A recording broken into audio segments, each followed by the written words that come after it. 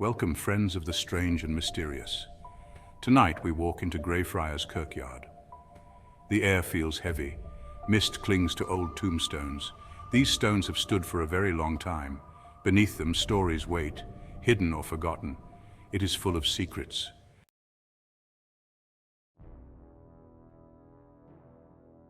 One story is about a man.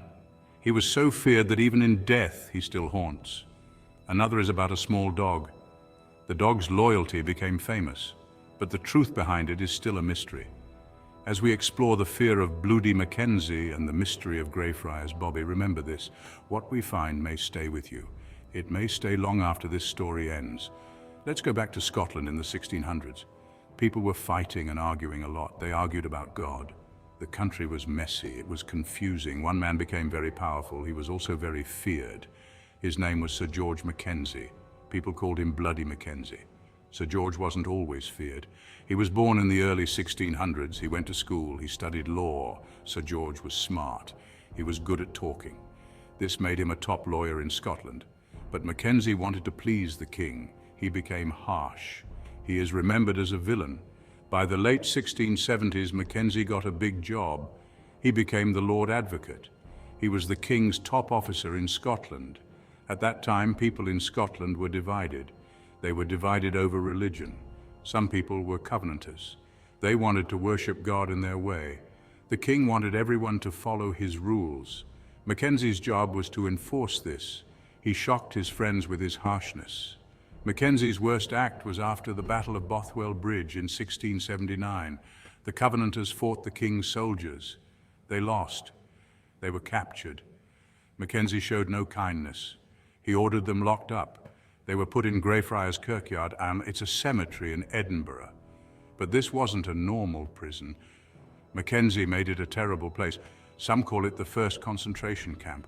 Hundreds of Covenanters were kept there. They had little food. They had no shelter. It was a cold winter. Many died from hunger and sickness. Those who tried to escape were killed. Their heads were placed on spikes. It warned others. Over 1,200 Covenanters died. This was due to Mackenzie's orders. This time is known as the Killing Time. It is one of Scotland's darkest periods. This is how Mackenzie earned the name Bloody Mackenzie through his actions. People remember him by that name.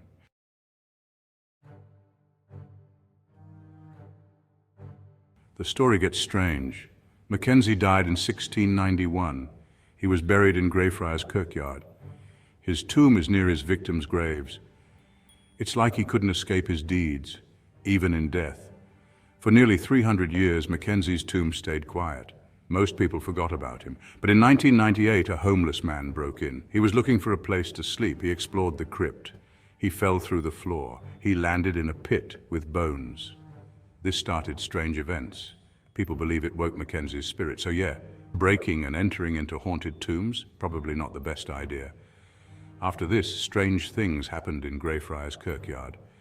Visitors felt pushed, some felt scratched, others felt choked.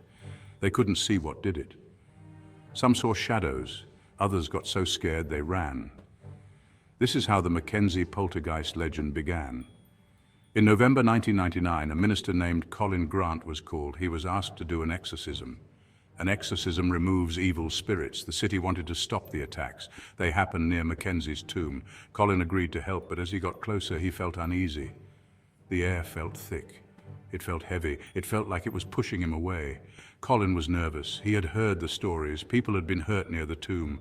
But Colin was determined. He wanted to do his job, even if it meant facing Bloody Mackenzie. With others watching, Colin began the exorcism. He said prayers, he sprinkled holy water, he called on God, he wanted to drive out the spirit. But strange things started to happen. The air got colder, the shadows twisted, they stretched in weird ways. Colin felt something dark. It was angry, it was getting closer.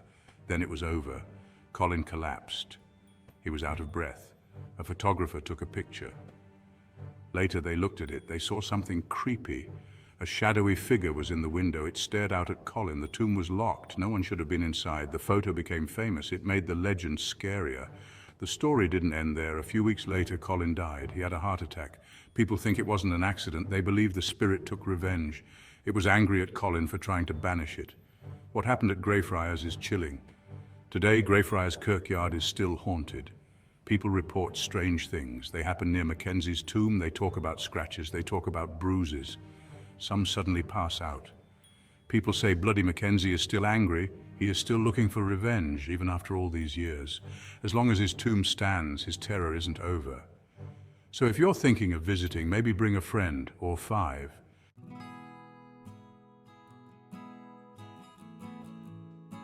But there is another strange story from Greyfriars Kirkyard. In 1858, there was a man. His name was John Gray. He lived in Edinburgh, Scotland.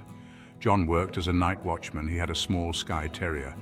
The Skye Terrier's name was Bobby. Bobby was always with John. They were together all the time. But then something happened. John got sick. He died. After John died, Bobby did something amazing. Bobby stayed by John's grave. Every day he went to the grave. He never left the grave. Bobby did this for 14 years. It didn't matter if it was raining. It didn't matter if it was snowing. It didn't matter if it was sunny. Bobby stayed there. He stayed by his master's grave. The people in Edinburgh were surprised. They were amazed by Bobby. They loved how loyal he was. They fed him, they gave him water, they took care of him, but there was a problem. At that time there was a law. The law was in Edinburgh. The law said that all Skye Terriers needed a license. If a Skye Terrier didn't have a license, it could be taken away. The Skye Terrier could even be put down. Bobby was alone now. He needed a license to stay safe. The most important person in the city was the Lord Provost. His name was Sir William Chambers. He heard about Bobby. He heard how loyal Bobby was. Sir William paid for Bobby's license. He did this himself. This meant Bobby was safe. Bobby was now an official resident of the city. He could stay by John's grave. He could stay day after day. Bobby kept guarding the grave. He did this every day. He did it until he died in 1872. When Bobby died, something special happened.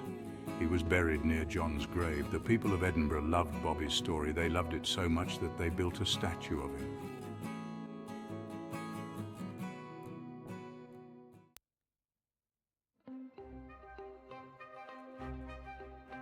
Now, something strange about the story is Bobby's age. Dogs like Bobby are called Skye Terriers. These dogs usually live about 12 to 15 years, but Bobby stayed by the grave for 14 years. This means Bobby must have been very young. Maybe he was just a puppy when John died, but Bobby was outside all the time. He stayed in cold weather, he stayed in the rain, he stayed in the snow. This could have made it hard for Bobby. It could have made it hard for him to live that long. Some people began to wonder. They wondered, could Bobby really have survived in such tough conditions? When people came to see Bobby, they didn't always describe him the same way. They said he looked different at different times. People said this many times. Dogs can change as they get older, but some people thought maybe there was a second Bobby. Maybe there was a different dog, a dog that looked like the first one. Bobby was very famous. Many people came to see him. So if the first Bobby had died early, could someone have found another dog? Could they have found a dog that looked like him? Could they have done this to keep the story going? It sounds wild, but it's possible. Well, Bobby was a big attraction. People loved visiting him. More visitors meant more money for the city. So some people think something strange happened. They think that when the first Bobby died, someone might have replaced him. They might have replaced him with another dog. Back then, there wasn't social media. There weren't daily news stories. So it could have been easier to switch dogs. They could have done it without anyone noticing. This idea makes the story even more mysterious. Was there really a second Bobby, or is this just a theory? Most people believe there was only one Bobby. They think Bobby was a very loyal dog. They believe he stayed by John's grave. They say the differences in how Bobby was described are not a big deal. They think people remember things differently. Or they think Bobby changed as he got older, and maybe people wanted to believe in the story. It's a comforting story. It's about love and loyalty. So even if there were strange details, people didn't care. They didn't want to ruin the story. Was there really a second Bobby? We might never know for sure. The records from that time aren't very clear. The people who were there are long gone. But we do know one thing. Bobby's story has lasted for over 100 years. Whether there was one dog or two, the story of Greyfriars. Bobby reminds us of something important. It reminds us of the bond between a dog and its owner. It's a story that makes us believe in something more than just the facts. And maybe that's why it's still so popular today. The next time you see Bobby's statue, think about this. Or the next time you visit his grave, think about this. Was the story as simple as it seems? Or is there more to the story of the little dog who wouldn't leave his master's side? We might never know the full answer, but that adds just a bit more mystery to an already amazing story. And maybe that's just how Bobby or Bobbies would have wanted it.